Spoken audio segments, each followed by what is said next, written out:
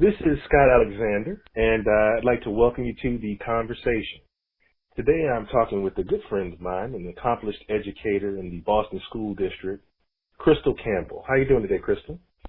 I'm well. How are you? Excited to be here. Oh, I'm doing pretty good. For those that don't know, I met you through my best friend and producer, Matthew, a few years ago as part of your helping my wife and I address some concerns we had in our son's education.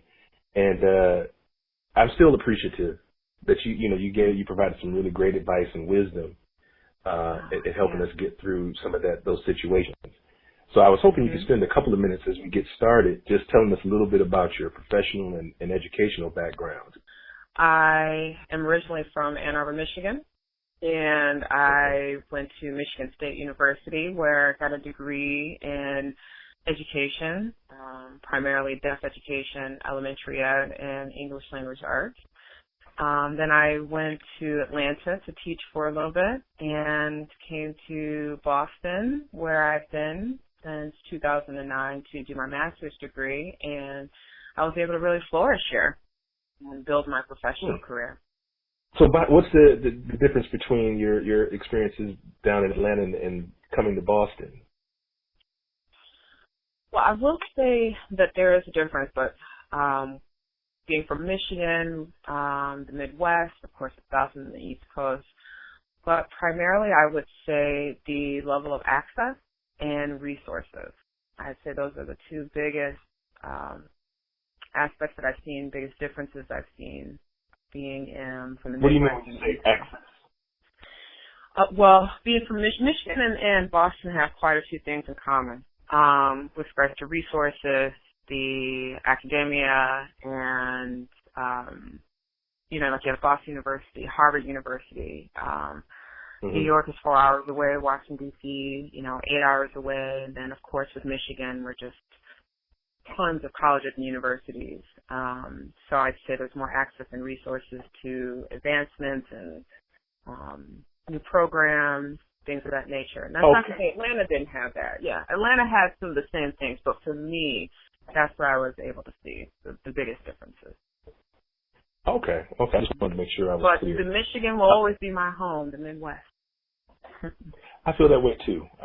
Just having moved away from Michigan to Virginia was definitely a change of pace, but I still consider Michigan my home. I guess you get formalized wherever you get, wherever you come up, and that's still home to me.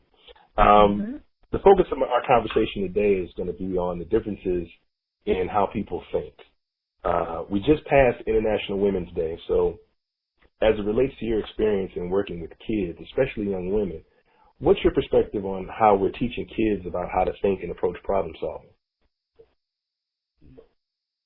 This is a really loaded question, but one I'm so happy to pounce on. What I've seen, and I can't believe I'm old enough to say this, but similar to what we heard, and I'm sure what generations will follow, is that this is a very different generation. But I think it's definitely more applicable because this generation has access to technology and each other in a way that we never did, in a way that no one ever has been able to reach. And I think that has opened the doors for different avenues to approach and intertwine with young women.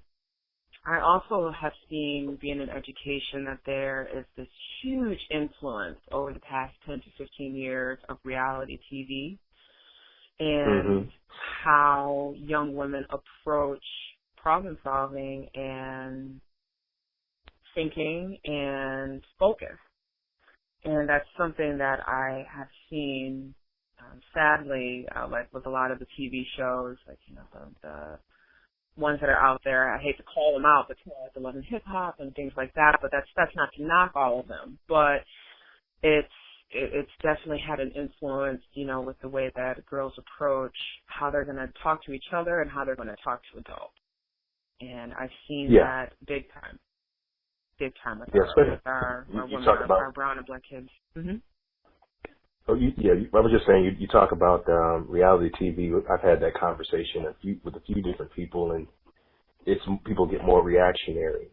You react to things versus thinking about how to approach things, which speaks to like critical thinking. And there's not a lot of that you see, especially when you look at the different television shows, the reality shows. There's not a lot of critical thinking that people use to address their problems, because that's not entertaining.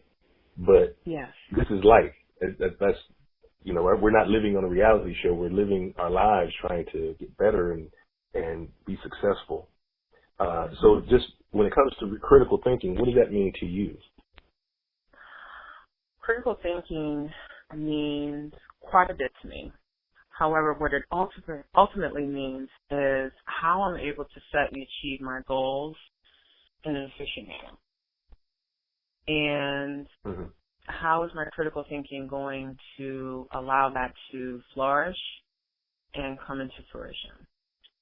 And when it comes to critical thinking, I like to segue that into my own ability to be organized.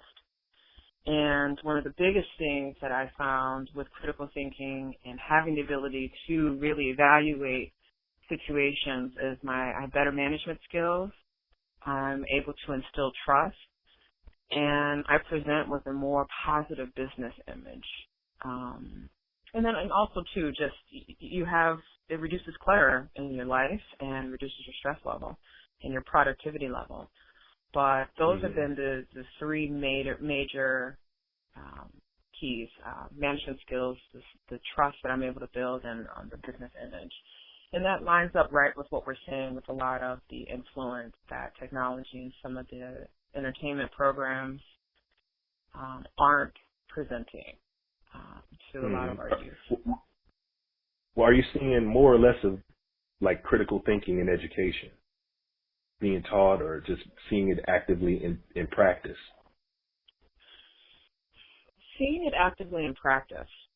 I think what I wanted, before I answer that, just to separate that, teaching and education it's one of the most difficult fields and one of the most flourishing, one of the most, I don't even know the word, but one of the most, flourishing fields. It fills you up, when you're in it and you're working with kids. So I want to make sure I differentiate between that. But I think what I'm really seeing is the application of it. Seeing females, but seeing women, seeing females, and also seeing males, they just go from 0 to 500 literally without taking the time to actively think about how my actions are going to affect me in the future. And you just do not see that. You do not see that. So you're not seeing, like, there's no course, at least that's what it sounds like, there's no course or no curriculum for teaching kids how to approach problems and think critically. Or is that not the case?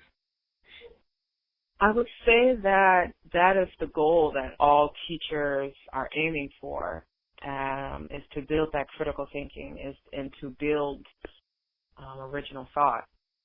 And that is one of the avenues that teachers struggle with, because we are bombarded with so much responsibility and so much that we are required to do in the time frame of 60 to 75 minutes. But I would say that is the aim. But outside of that too, outside of education, the building, what parents are doing and what the community is doing to assist our youth with building critical thinking and how to be successful, productive individuals. That's something that we're not seeing. Or not seeing a lot of. When you say, like, if there's a course, I don't think even in my own education, like K through 12 and whatnot, there's no specific course for that. It's more something that you work with the students on. The closest I ever got to that was 8th grade. I had a teacher, Mr. Spencer. He gave us like logic problems where it's like we part of not every class, but at least once a week, we would all have like different logic problems. Maybe they'd be math related, maybe they'd just be like word problems and stuff like that. And he wasn't a math teacher. He just wanted us to learn how to think a little bit differently, to to solve different problems. And that's like, I take a lot of value in that now. And I realize how rare that was, because he was the only person, I think, that ever sat us down to specifically address how we could logically approach a problem and solve it in that, you know, in the way that we're describing. Mhm. Mhm. You know, so that's transformed into. Oh, sorry. Go ahead. No, it's transformed into what? Go ahead. Oh, I was going to say that's really transformed into the activity that you see a lot of. It's called like a do now. So you see a lot of teachers doing that, and a lot of schools requiring that teachers do a do now at the start of the period to reinforce that aspect. But for me, what I found too, it's the deeper level. It's the connection of the strategy that you're introducing to students. That is the craft for me. That's where you allow that to flourish, and then also too. Student choice and the activities that you're presenting, and are you working up, it's called Bloom's taxonomy, and basically it's different levels of knowledge acquisition, and are you starting at your base level and then bringing your students through those levels to reach the top of the taxonomy through strategy. And you would want critical thinking to be a part of that, in addition to researching and discovery and creating. You would want that. Mm-hmm. Yeah, it's like fundamentals. I was saying, like with basketball, if you want to learn to play basketball, you got to learn how to dribble first before you can start running picks and and I ran out of battle. I'm not a sports guy, so I ran out of metaphor there. Yeah, I was going to say that. That's an example right there. Maybe you got to try cooking. You need to try cooking. I think that's a better way to do it for you. So for me, it's how to plan a wedding. So. But yeah, when it comes to just teaching kids the fundamentals of how to think, like that's what you're describing is there's not a lot of that spent in education these days. Now, what would you say is the percentage of people who understand, accept, and then properly deal with the reality that we all think differently? I'm going to take a different spin on that. I've always been, whenever someone says percentage, I'm always like, that's for me, because even with the way that I think and approach that, is it's not in a percentage. For me, I would say it's a matter of the way that I think. Oftentimes I have to, because I am a strong critical thinker, I often have to maneuver and figure out how to work with all types of ways that people think. And as a leader and as an efficient, efficient manager, and with that skill set, that is one of the strongest levels of critical thinking and that I have, is how can I get someone to see, however, not manipulate, but to understand through the way that they think. Now, not everyone takes that on, whether it be, ego or just, being hard-headed. But that is why I'm able to run a department the way I am, is because I have that skill set. And I'm able to say, okay, Scott thinks this way. So in order for me to present this, I'm going to have to present it in this manner so he gets it. And then Matt thinks this way. So I'm going to have to, so that is a part of the critical thinking and how I'm going to approach it. But then also, when I have to bring all my team together and pull everyone together like a set of strings, that is the arching of the critical thinking, because then I have to present it in a fashion where I'm reaching all of those different thinkers, all those different minds clearly. So I wouldn't say there's a percentage. But what you're describing, it sounds like, does it concern you that that a lot of kids aren't being taught to think that way? Because what you're describing is a great way to approach problems, but I don't remember anyone ever sitting me down to say, I had to come to that information on my own of how to think critically and learning that type of thing. But does it concern you that we're not formalizing how to approach dealing with problems? Like you just said, you present information to me a different way than you present it to Matthew or Jonathan or whoever, because you know that we take in information differently.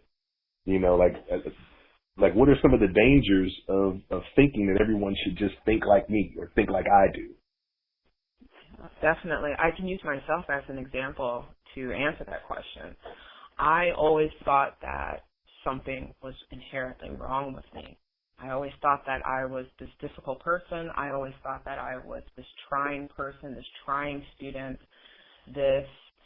all kinds of things.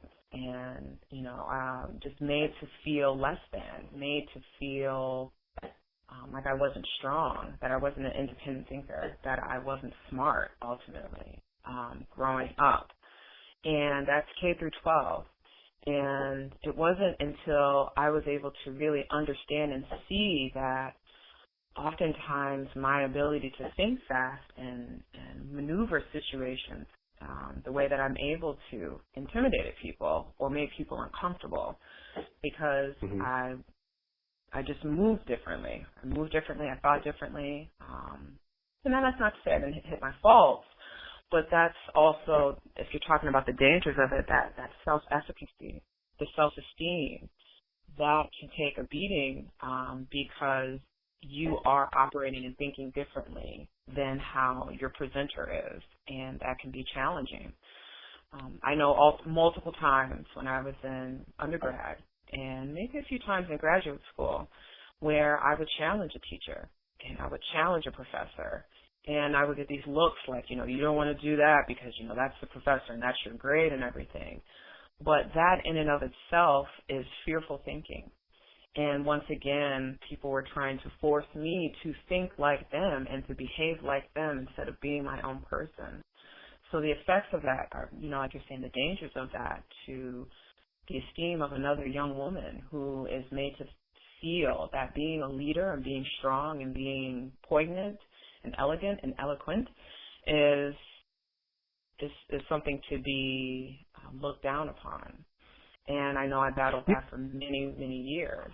And, of course, with age comes wisdom, and you just learn that this is who I am, and it's got me this far. So what I'm also seeing as an I was going to say as an additional danger, too, is the positive image that is not being presented. It's also a big danger, especially for a lot of African American, Latino, but our brown and black skinned young boys and girls. That's something that I feel is just going to continue to be perpetually presented to us. As long as you have your buxom and you have enough in the back and you can snap and talk and scream and fight the loudest, you're going to get ahead. So it has multiple dangers in both avenues, academically, professionally, and personally. Yeah, I can see that. I was just going to say, it reminded me, the way you were describing your journey there, I was doing something with my daughter. She had a little social thing. It was something where parents had come to, and we played a bunch of games and stuff like that. And there was a girl there, and she was, they were all, I think, like 8 or 9.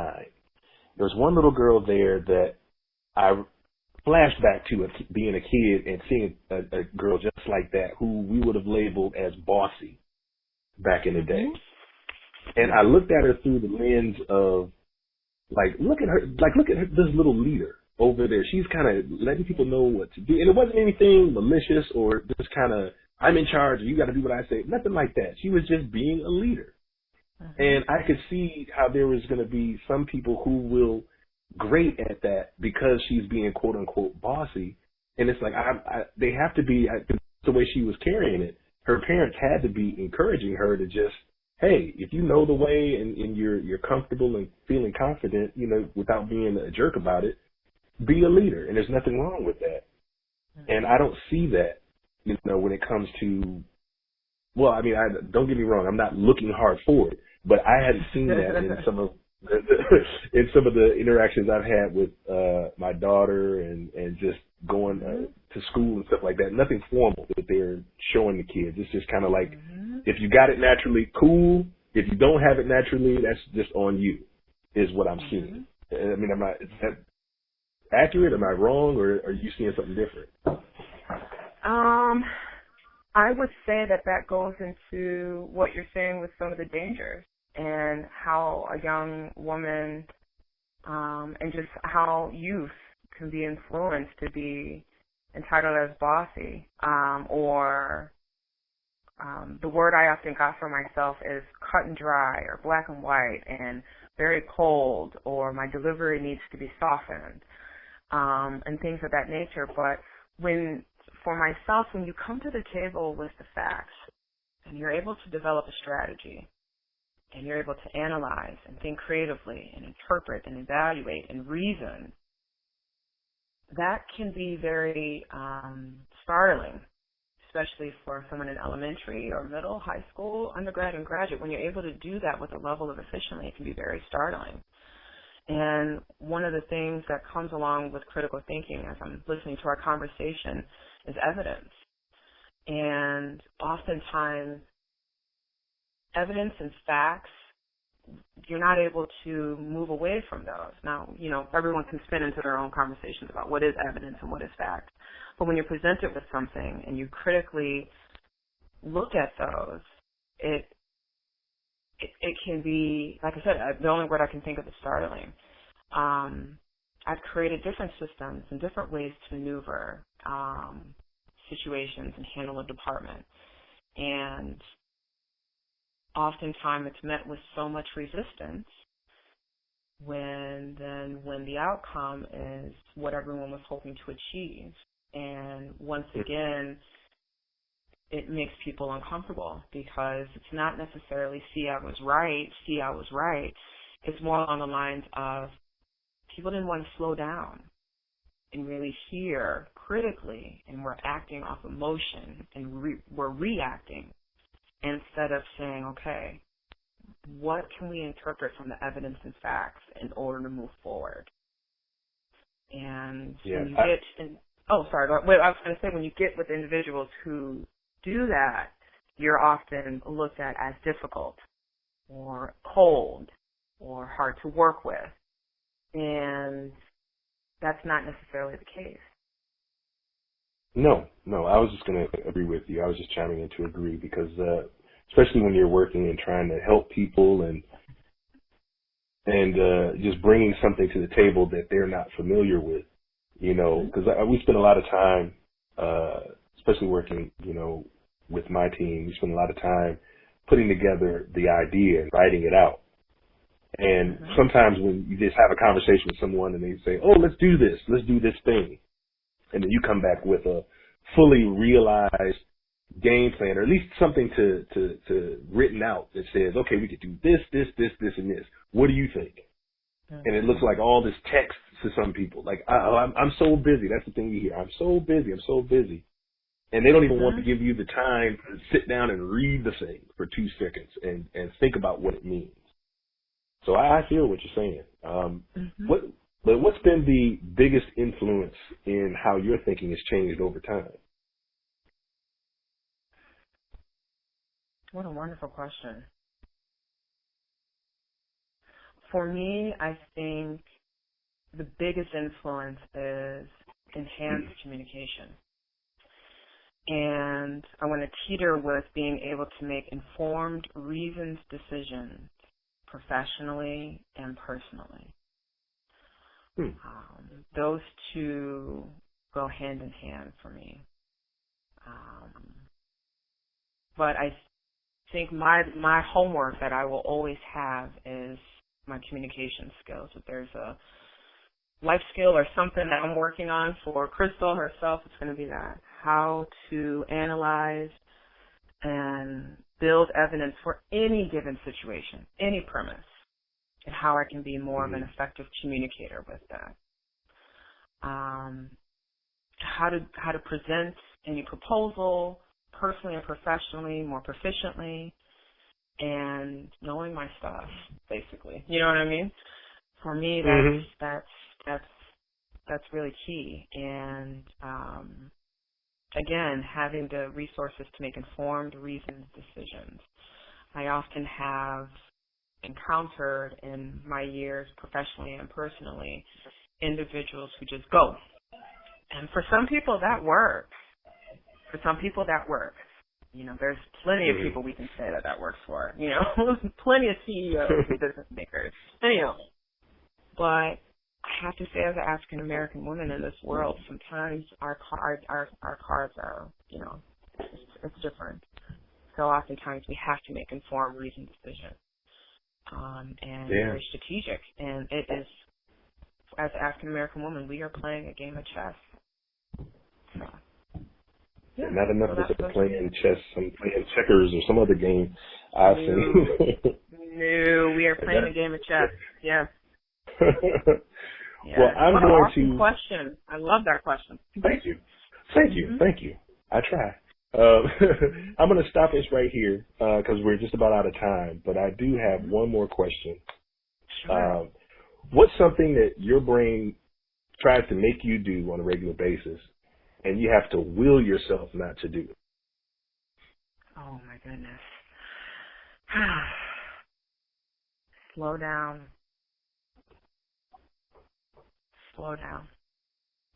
And not to contradict what I just said, but I have to slow down because my ability to critically think is so fast.